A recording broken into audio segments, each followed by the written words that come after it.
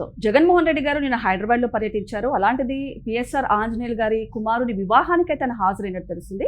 మరి దీనికి సంబంధించి కొలికపూడి శ్రీనివాస్ గారు ఒక సంచలన ట్వీట్ అయితే చేసినట్టు తెలుస్తుంది. మరి దీని గురించి డిస్కస్ చేయడానికి మనతో పాటు senior journalist and doctor Durga Vadlamani గారు ఇప్పుడు మనతో ఉన్నారు.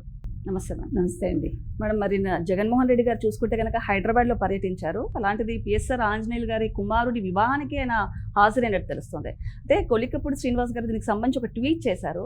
అంటే అసెంబ్లీకి రావడానికి జగన్కి టైం లేదు, కానీ వివాహానికి హాజరవ్వడానికి టైం ఉందా అంటూ కూడా ఒక ట్వీట్ ఇప్పుడు సంచలనంగా మారిందని చెప్పొచ్చు.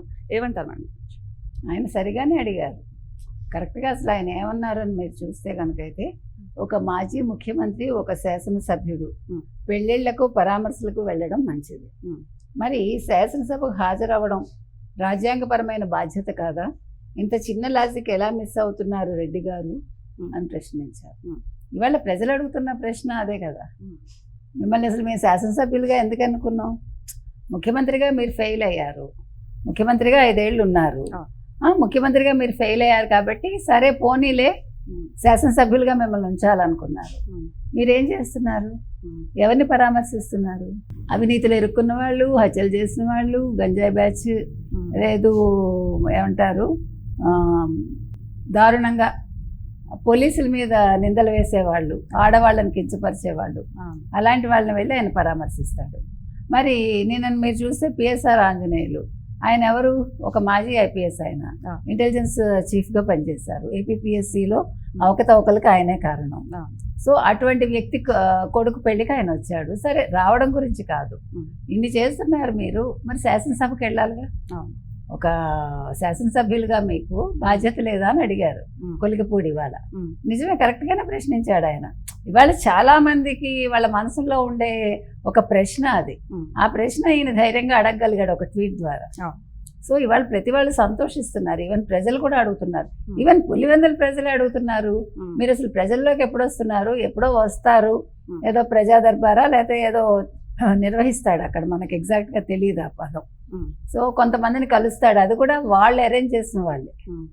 వాళ్ళు వస్తారు, వెళ్తారు. ఎందుకు వస్తాడో తెలియదు, ఎందుకు వెళ్తాడో తెలియదు. మంగళవారం వస్తాడు, గురువారం వెళ్ళిపోతాడు, మంగళవారం సాయంకాలం, బుధవారం సాయంకాలం వాళ్ళని కలుస్తాడు. ఇంకేముంది, కళ్ళు మూసుకోండి 3 ఏళ్ళు అంటాడు, నేను ముఖ్యమంత్రిని అంటాడు, మీకు అప్పుడు మీ సమస్యలు తీరుస్తానంటాడు. రైతులు మాకు రోడ్డు లేదు, లేకపోతే మాకు ఇళ్ల ప్రాబ్లం ఉంది అంటే పర్వాలేదు, కళ్ళు మూసుకోండి 3 ఏళ్ళు, నేను వచ్చాక మీ సమస్య తీరుస్తానంటాడు. ఈ 3 ఏళ్ళు వాళ్ళు రోడ్డు లేకుండా ఎక్కడ నడుస్తారు? లేదు, ఇల్లు లేకపోతే ఎక్కడికి వెళ్తారు? అంటే ఒక లాజిక్ ఉండదు. ఇవాళ ఎందుకు లాజిక్ మిస్ అయ్యావని అడగడానికి కారణం అదే కొలికపూడి. ఏ అంశంలోనూ ఆయనకి లాజిక్ లేదు. అండ్ ఇంకొకటి మేడం, అసెంబ్లీ అంటే దేవాలయం లాంటిదని చెప్పొచ్చు. అలాంటిది అసెంబ్లీలో వచ్చి మాట్లాడితే ఒక గౌరవం ఉంటుంది, ఒక విలువ ఉంటుంది. అండ్ అలాగే ప్రజల సమస్యలు ఏంటో ప్రజలకు కూడా అర్థమవుతాయి నార్మల్గా. సో ఈ నేపథ్యంలో అంటే అసెంబ్లీకి రాకుండా బయట కూర్చొని ప్రెస్ మీట్లు పెట్టి టీడీపీ మీద బుద్ధ చెల్లె కార్యక్రమాలు చేస్తున్నారు. ఏమంటారు దీని గురించి? ఏమండి, ఆయనకి అవన్నీ పట్టవు, నేను రాకూడదు అని అనుకుంటాడు ఆయన, అంతే. ఆయన ఎందుకు రాడు?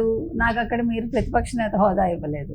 ఒక హోదా కోసం ఎదురు చూసే మనిషి, హోదాతో వచ్చే కుర్చీ కోసం ఎదురు చూసే మనిషి, హోదా ద్వారా వచ్చే కేబినెట్ ర్యాంక్ కోసం ఎదురు చూసే వ్యక్తి ఈయన శాసనసభ్యుడిగా పనికొస్తాడా? ఇది ప్రజలు ఆలోచించుకోవాలి. అంటే నాకు అలా ఇస్తేనే వస్తాను అంటే ప్రజా సమస్యలు ఆయన అక్కడ ప్రస్తావించడానికి రావట్లా. అంటే ప్రజల సమస్యల్ని పట్టించుకొని ఒక శాసనసభ్యుడు ఎవరికైనా అవసరమా? మేడం, ఇంకొకటి, ఒక హోదా ఇస్తేనే ప్రజల సమస్యలు మాట్లాడతారా? అండ్ అలాగే అధికారం ఉంటేనే ఫ్లాగ్ హాయిస్టింగ్ చేస్తారా? అంటే మనం చూడొచ్చు ఇండిపెండెన్స్ డే అంటే అధికారం కాదు ఇక్కడ, అధికారం లేకపోవడం ఒకటి. మరీ ముఖ్యంగా ఇంకో సమస్య ఏమొచ్చిందంటే ఆయనకి, నేను ఎక్కడ ఆడిని అనే సమస్య వచ్చింది. నేను పులివెందుల కాదు, ప్రజలు వద్దనుకున్నారు. మొన్న మీకు జెడ్పీహెచ్ ఎన్నికల్లోనే తెలిసిపోయింది. తర్వాత పోనీ నేను తాడేపల్లి కాదు, పూర్తిగా నేను యలహంకలో ఉంటాను. పోనీ నేను హైదరాబాదా కాదు, చెల్లెలు ఉంది అక్కడ. ఇప్పుడు ఎక్కడున్నాడు ఆయన? కర్ణాటకలో ఉన్నాడు. కర్ణాటకలో కూడా ప్యాలెస్లో ఉన్నాడు. పోనీ కర్ణాటక గవర్నమెంట్లో లేడు. సో ఎక్కడ ఫ్లాగ్ హాయిస్టింగ్ చేస్తాడు ఆయన?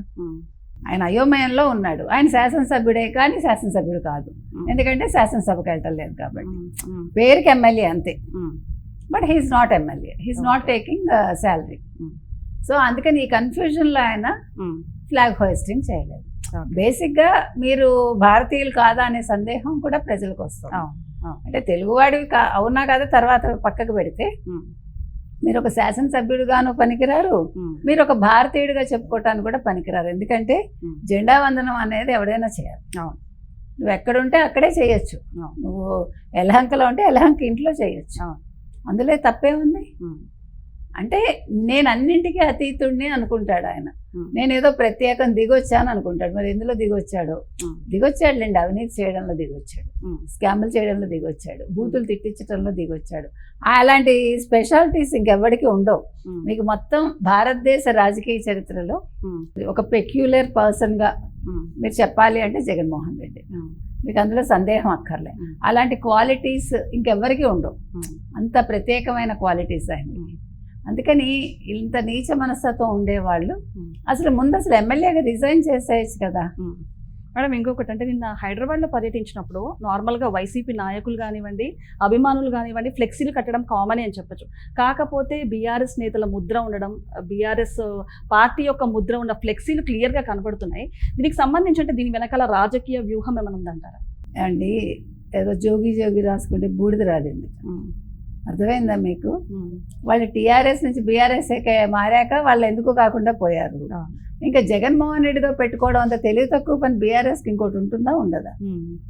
ఉంటుందా ఉండదా? వాళ్ళకి ఏమన్నా బొర్రా బుద్ధి ఉంటే అసలు జగన్మోహన్ రెడ్డిని పక్కకు పెట్టాలి. కొంచెం ప్రజలు నమ్మడానికి ఒక అవకాశం ఉంది. అందులో ఇప్పుడు వాళ్ళకి అవకాశం ఉంది అంటున్నారు, మనకు తెలియదు, వాళ్ళు చెప్పుకుంటున్నారు నెక్స్ట్ ఎన్నికల్లో మేమే వస్తామని. దానికి ఏం చేయాలి? వాళ్ళు జిల్లాల నుంచి వాళ్ళు ఏమంటారు స్ట్రాంగ్ అవుతూ రావాలి. అంతేగాని జగన్మోహన్ రెడ్డి ఫోటోతో పాటు ఎవరు కేసీఆర్ ఫోటో పెడదామా, కేటీఆర్ ఫోటో పెడదామా అంటే ప్రజలు నమ్మడం మానేస్తారు. మనం ఏ పని చేసినా దానికి ఒక వెనకాల ఆలోచించి చేయాలి. ఈ ఫోటోలు పెట్టడం వల్ల జగన్మోహన్ రెడ్డి కలిసి వస్తుందా, మనకు కలిసి వస్తుందా? ఇప్పుడు జగన్మోహన్ రెడ్డి తెలివైన వాడు, అంటే అలాంటి తెలివి కాదు, పనికిమాల తెలివితాడు. కాబట్టి ఆ తెలివితో ఏం చేస్తాడు? ఆయనే పెట్టుకుని ఉండొచ్చు, కానీ వీళ్ళు ఖండించాలి. ఖండించకపోతే ఎవరికి నష్టం? బీఆర్ఎస్కే నష్టం. ఆల్రెడీ ఈ మధ్యకాలంలో కూడా కేటీఆర్ అన్నారు కదా, మేము బీఆర్ఎస్గా మారాకే ఎందుకు కాకుండా పోయామని, పేరు అచ్చిరాలేదని. సో జగన్మోహన్ రెడ్డితో పెట్టుకుంటే పూర్తిగా అచ్చిరాదు. అది గుర్తుపెట్టుకోవాలి. మనం ఎప్పుడు కూడా ఎవరితో స్నేహం చేస్తున్నాం అనేది చాలా ముఖ్యం. స్నేహం చేయకపోయినా పర్వాలా, చేస్తే మాత్రం సరైన వాళ్ళతో చేయాలి. లేదంటే వాళ్ళ చెడు మనకు అంటుకుంటుంది. ఇప్పుడు కేసీఆర్ చాలా విధాలుగా జగన్తో కంపేర్ చేస్తే బెటర్. ఆయన ఏమి ధ్వంసాలు చేయలేదు, విధ్వంసాలు సృష్టించలేదు. ఆయన ఆంధ్ర వాళ్ళని తిడతాడు, ఎందుకంటే ఆయనకు ఓట్లు కావాలి కాబట్టి. అంతే తప్ప మిగతా విషయాల్లో సరే కాళేశ్వరం అనుకున్నారు, ఆయన తిన్నాడు తినలేదు అది వేరే విషయం. అదర్వైజ్ ఆయన జగన్మోహన్ రెడ్డి లాగా ఇంత నీచంగా ఎప్పుడు లేడు. మహిళలను తిట్టించటం కానీ ఇవంతా, ఈవెన్ కూతురు విషయంలో కూడా ఆయన అంత జరిగితే పాపం మౌనం వహించాడు ఆయన. ఆ అమ్మాయి తప్పు చేసింది, వాళ్ళు బయటకు వచ్చి తండ్రిని ఆ రకంగా మాట్లాడటం అనేది ఎవడు హర్షించాడు. కానీ కేసీఆర్ గారు ఎక్కడ స్పందించలేదు. ఆయన మౌనమే సమాధానంగా ఉన్నారు. కాబట్టి కేసీఆర్తో పోల్చుకుంటే ఏ రకంగానూ జగన్మోహన్ రెడ్డి ఆయన దరిదాపుల్లోకి రారు. కాబట్టి ఈ విషయం వాళ్ళు బీఆర్ఎస్ వాళ్ళు ఆలోచించుకోవాలి. జగన్కి ఏం పోయింది, జగన్కి మంచిదే ఇక్కడికి వచ్చి ఆ ఫ్లెక్సీలు పెట్టుకుంటే. అందరూ ఏమనుకుంటారు, దీని మీద ఓ 10 కథలు వస్తాయి. అబ్బో ఇంకేముంది, నెక్స్ట్ ఏంటి జగన్మోహన్ రెడ్డి సపోర్ట్ చేస్తాడు బీఆర్ఎస్కి, తెలంగాణలో వస్తాడు, ఎందుకు పనికిమాలిన కథలంతా. వచ్చినా వేస్టే, రాకపోయినా వేస్టే. కాబట్టి ఇప్పుడు బీఆర్ఎస్ ఆలోచించుకోవాలంతే మనం చెప్తాం. Okay madam, thank you.